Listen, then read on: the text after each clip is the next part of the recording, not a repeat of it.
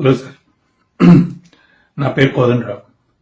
Sanjeev Reddy Nagar rape కేసులో ముద్దా నా కొడుకే సార్. ఏడాదిన్నరగా ఈ కేసు విచారణ జరుగుతుంది.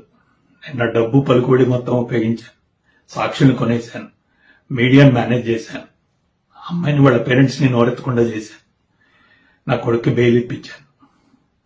పోయిన వారం వాడు బెయిల్ మీద ఇంటికి తిరిగి వచ్చాడు సార్. ఫ్రెండ్స్ కలిసి బీర్ పార్టీకి అని బయటకు వెళ్ళాడు. నేను చాలా రోజుల తర్వాత హాయిగా ఇంట్లో నిద్రపోయాను.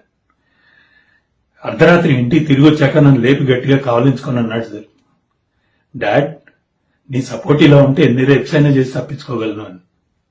నాకు అర్థం కాలేదు సార్, ఏం నువ్వు మాట్లాడుతుంది? Yes dad, I rape dad. ఒకటి కాదు, రెండు కాదు, 3 సార్లు చేశాడంట సార్. హీ వాజ్ ఎక్సైటెడ్, చాలా ఎక్సైటెడ్ గా వర్ణిస్తున్నాడు దాన్ని. ఎక్కడో ఏదో వీడియో చూసాట, దాన్ని ఇమిటేట్ చేశాడంట సార్. వాళ్ళ ఫ్రెండ్స్ కి అది లైవ్ ఫీడ్ పంపించాడు. And they were watching it live and enjoying it. How barbaric it is. నాకు ఏం చేయాలో అర్థం కాలేదు, కళ్ళు బయలు గమ్మినాయి. మీకు ఎలా అయినా సరే ఇది చెప్పాలి, అందుకే నా లాయర్ని కూడా కన్సల్ట్ చేయకుండా మీకు వీడియో రికార్డ్ చేసి డైరెక్ట్ పంపిస్తున్నాను సార్. ఇప్పుడు చెప్తున్నాను, నా కొడుకు రేపిస్ట్, వాడు అమ్మాయిని రేప్ చేశాడు. ప్లీజ్ వాడిని కఠినంగా శిక్షించండి సార్. నా లాయర్ వాదిస్తాడు, వాడి అఘాయిత్యం చేసే టైంకి వాడి వయసు 17 ఏళ్ళు, so treat him as a minor అని. No sir, is not a minor. వాడికి ఫస్ట్ సెక్షువల్ ఎక్స్పీరియన్స్ 2 ఏళ్ల క్రితం అయింది సార్. He was 16 then. వాడు మైనర్ ఏంటి? అండ్ ఆ అమ్మాయి వాడితో పాటు చిన్నప్పటి నుంచి కలిసి ఆడుకుని పెరిగి యూనో మొన్నటికి మొన్న వాడు కంబైన్డ్ స్టడీస్ అంటే వాడితో పాటు అమాయకంగా నమ్మి ఇంటికి వచ్చింది సార్. అట్లాంటి అమ్మాయి మీద అత్యాచారం చేసినాడు, వాడు మైనర్ ఏంటి సార్?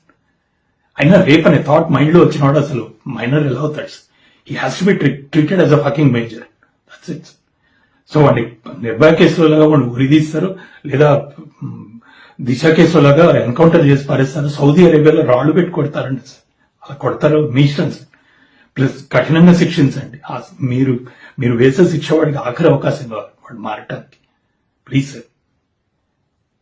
నా భార్య గీత, నా భగవద్గీత, తన రచయిత్రి సార్. వాడికి మాధవ్ అనే పేరు పెడతా అంటే వద్దు, వాడు దేవుడు అవనవసరం లేదు, మనిషి అయితే చాలు అని వాడికి మానవ్ అని పేరు పెట్టింది సార్. తనకి 3 ఏళ్ల వయసు ఉన్నప్పుడు తనకి క్యాన్సర్ డయాగ్నోస్ అయింది. చచ్చిపోతానని తెలిసి మా ఇద్దరిని ఒళ్ళో పడుకోబెట్టుకొని చెప్పింది సార్ నాతో, రామ్ వీడు చదువులో ఫెయిల్ అయినా పర్వాలేదు, ఆటల్లో ఫెయిల్ అయినా పర్వాలేదు, కానీ ఆలోచనలో ఫెయిల్ కాకుండా చూడాలి. నేను మాట ఇచ్చాను సార్ తనకి. ఆ మాట తప్పాను, అది కోసేస్తుంది. డబ్బు సంపాదించే యావలో పడి వీడి తల్లి లోటు లేకుండా తీర్చాలి. ఇప్పుడు ఆలోచనలు ఎలా మారుతున్నాయో నేను గమనించలేకపోయాను సార్. తనకి ఇచ్చిన మాట తప్ప ఇవాళ చచ్చిపోయింది.